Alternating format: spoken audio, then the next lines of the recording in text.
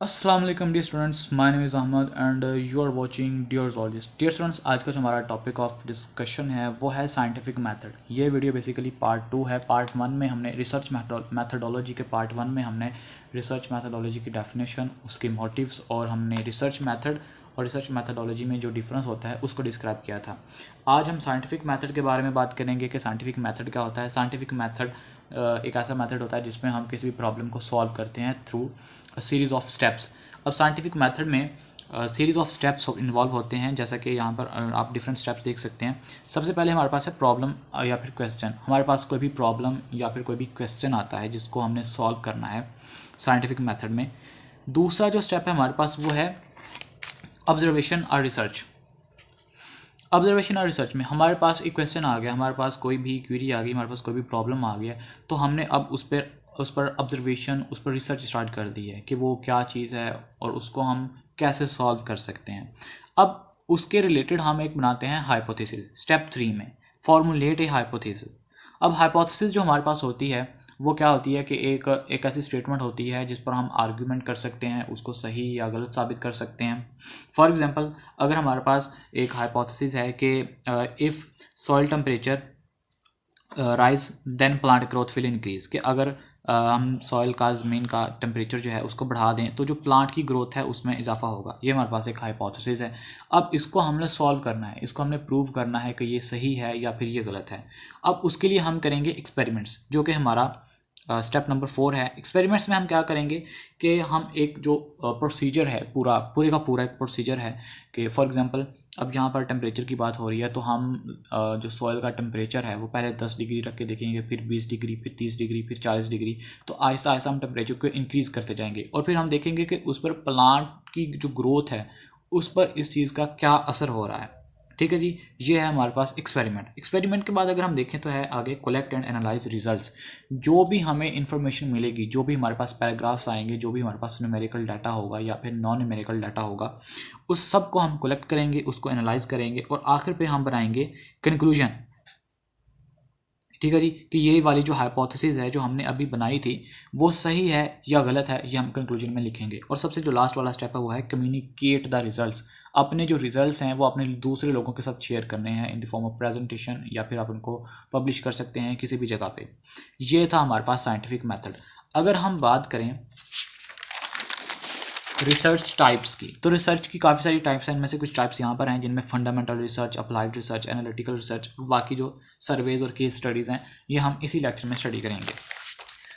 सबसे पहले जी हमारे पास फंडामेंटल रिसर्च। अब फंडामेंटल रिसर्च क्या है? Fundamental research is a basic research, या फिर हम इसको प्योर रिसर्च भी कहते हैं। ये एक ऐसी साइंटिफिक रिसर्च होती है जिसमें हम साइंटिफिक थ्योरीज को इम्प्रूव करते हैं। जो हमारे पास पहले से साइंटिफिक लॉज हैं, प्रेजेंस हैं, उनको जो प्रेजेंट है उनको हम उनमें कैसे इम्प्रूवमेंट कर सकते हैं, ये सब फंडामेंटल रिसर्च में आते हैं। इसके अलावा प्रिडिक्शन ऑफ नेचुरल और अदर फिनोमिना, जो भी नेचर में दूसरे फिनोमिना हो रहे हैं उनके बारे में अगर हम कोई प्रिडिक्शन करें जिनका दूसरे लोगों को नहीं पता और आप उसके बारे में कोई प्रिडिक्शन कर रहे हैं, तो ये सब फंडामेंटल रिसर्च में आएगी। उसके उसके बाद है जी applied research. Applied research is basically is answer specific questions aimed to solving practical problems. हमारे पास स्पेसिफिक क्वेश्चंस आए हैं, हमारे पास स्पेसिफिक प्रॉब्लम आई है, तो हमने उसको प्रैक्टिकली किस तरह सॉल्व करना है, ये हमारे पास अप्लाइड रिसर्च है।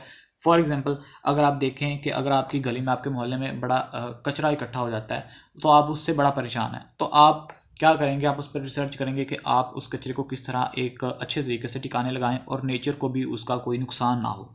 आप उसके रिलेटेड जो भी प्रोसीजर, जो भी मैकेनिज्म पेश करते हैं लोगों को कि आप कचरे को उठाएं, वहाँ पर लेकर जाएं, वहाँ पर मशीनरी लगाएं, उसको डिस्पोज करें, उसको रिसाइकिल करें, ये सब जो चीज़ें हैं ये आपकी अप्लाइड रिसर्च में आएंगी। अब जो इसमें अहम बात है वो ये है कि specific commercial objectives in the form of products, procedures और सर्विसेज, के अप्लाइड रिसर्च के नतीजे में हमारे पास जो न्यू नॉलेज आता है, हम जो न्यू नॉलेज गेन करते हैं थ्रू अप्लाइड रिसर्च, उसके नतीजे में जो भी हमारी प्रॉब्लम है, प्रॉब्लम जो है उसको सॉल्व करने में हमारे पास या तो प्रोडक्ट बनते हैं, प्रोसीजर्स बनते हैं, हम सोशल सर्विसेज करते हैं। ये सब चीज़ें अप्लाइड रिसर्च में आती हैं। अप्लाइड रिसर्च के बाद अगर हम देखें एनालिटिकल रिसर्च को, तो एनालिटिकल रिसर्च में होती है logical reasoning. Reasoning method use होते हैं इसमें, लॉजिकल कंक्लूजन्स निकलते हैं। Cause and effect, cause and effect, इसमें जो मेन फोकस है वो कॉज एंड इफेक्ट पे होता है। Specific type of research that involves critical thinking and skills, इसमें क्रिटिकल थिंकिंग स्किल्स को यूज़ किया जाता है। And the evaluation of facts and information relative to search being conducted, जो सर्च हम कर रहे हैं, जो प्रोसेस हम यूज़ कर रहे हैं, उसमें अगर कोई इंप्रूवमेंट की ज़रूरत है तो हम वो करते हैं, जिसको हम एवेल्युएशन ऑफ फैक्ट्स कहते हैं।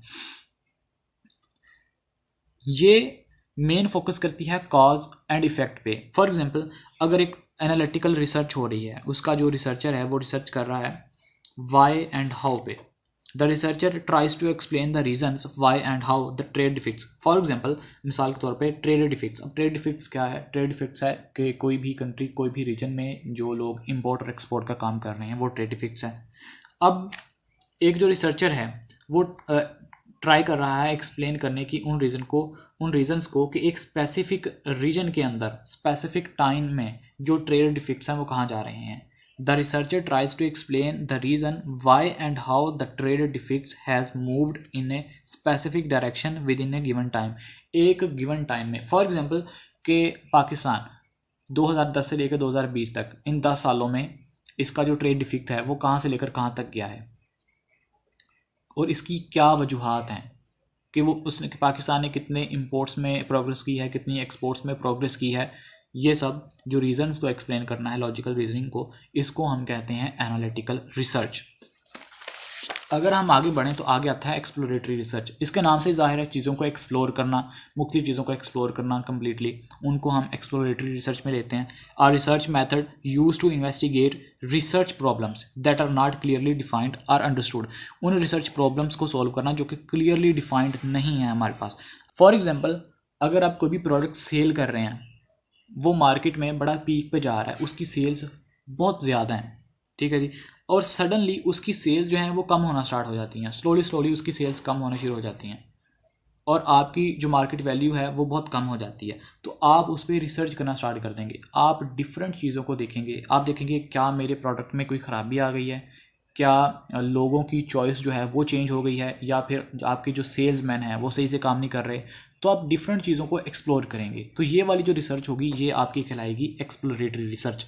अगर आप बात करें डिस्क्रिप्टिव रिसर्च की, तो डिस्क्रिप्टिव रिसर्च है use to describe the characteristics of a population और ए ग्रुप, किसी भी पॉपुलेशन या फिर ग्रुप की जो करेक्टर्स हैं उनको अगर आप डिस्क्राइब करना स्टार्ट करें तो वो आपके पास डिस्क्रिप्टिव रिसर्च होगी।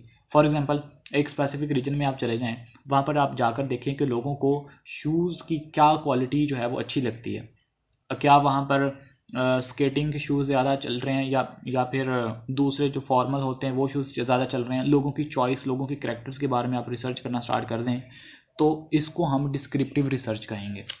आगे बढ़ते हैं तो हमारे पास आते हैं जी क्वांटिटेटिव रिसर्च, क्वालिटेटिव रिसर्च। अब क्वांटिटेटिव रिसर्च से हमें पता चल रहा है क्वांटिटी, मिकदार के बारे में बात हो रही है, इस पर नंबर्स की गेम होती है, जैसा कि process of collecting and analysing numerical data. जो आपके पास न्यूमेरिकल वैल्यूज़ हैं, जो आपके पास न्यूमेरिकल डाटा है, जो आपके पास पैटर्न्स हैं, आपके पास एवरेजेस, मीन वैल्यूज़ आई हैं, अगर आपकी रिसर्च में ये सब चीज़ें शामिल हैं तो आप क्वांटिटेटिव रिसर्च कर रहे हैं।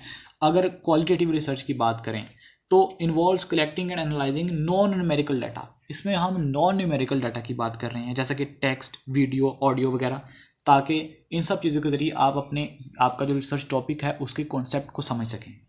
अच्छा जी, इसके बाद अगर हम बात करें कंक्लूसिव रिसर्च की, ये बहुत सिंपल है कि provide information that is useful in reaching conclusive conclusions और डिसीजन मेकिंग। वो वाली लाइंस, वो वाली स्टेटमेंट्स, वो वाली इंफॉर्मेशन जो कि आपको हेल्प करे आखिर पे जो रिजल्ट्स हैं, जो कंक्लूजन्स हैं, उनको निकालने में या फिर डिसीजन मेकिंग जो स्टेप है उसको लेने में आपकी हेल्प करें, वो आपकी कंक्लूसिव रिसर्च होगी।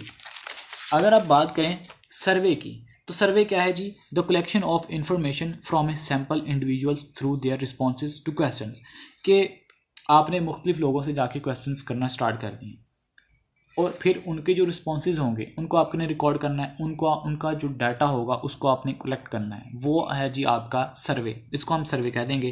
तो सर्वे ज़रूरी क्यों है, सर्वे इंपॉर्टेंट क्यों होता है? This type of research allows for a variety of methods to recruit participants, collect data and utilize various methods of instrumentation. कि इस तरह की जो रिसर्च है वो मुख्तलिफ वैरायटी ऑफ मेथड्स को अलाउ करती है टू रिक्रूट पार्टिसिपेंट्स, वो वाले लोग जिनको आप इनकरेज कर रहे हैं अपने साथ सर्वे के लिए, कि वो डाटा को कलेक्ट करें और डिफरेंट मेथड्स जो होते हैं इंस्ट्रूमेंटेशन के, डिफरेंट इंस्ट्रूमेंट्स को यूज़ करने के जो मेथड्स हैं उनको यूटिलाइज कर सकें साथ मिलकर। ये है जी हमारे पास सर्वे। अगर आप बात करें केस स्टडी की, केस स्टडी क्या है? ये है जी detailed study of a specific subject such as person, group, place, event, organisation और फिनोमिनन। किसी भी चीज़ के बारे में, किसी भी स्पेसिफिक सब्जेक्ट के बारे में आप कंप्लीट डिटेल से स्टडी कर रहे हैं तो उसको हम केस स्टडी का नाम देते हैं। इसकी एग्जांपल ये है कि a group of individuals might be watched over an extended period of time to observe the progression of a particular disease. कि आप कुछ लोगों को बड़ी ही देर से, बहुत ही अरसे से, आप एक लंबे अरसे से उन पर आप नज़र रखे हुए हैं कि आप उनको एग्जामिन करते हैं डेली, या फिर आप उनका टेस्ट करते हैं कि उनके अंदर एक पर्टिकुलर डिजीज़ किस हिसाब से उसकी प्रोग्रेशन हो रही है। अगर आप एक चीज़ के बारे में मुकम्मल डिटेल से स्टडी कर रहे हैं तो वो आपकी केस स्टडी कहलाएगी। डियर स्टूडेंट्स, आज का लेक्चर था यहीं तक। मिलते हैं आपसे अगले लेक्चर में, तब तक के लिए अल्लाह हाफ़िज़।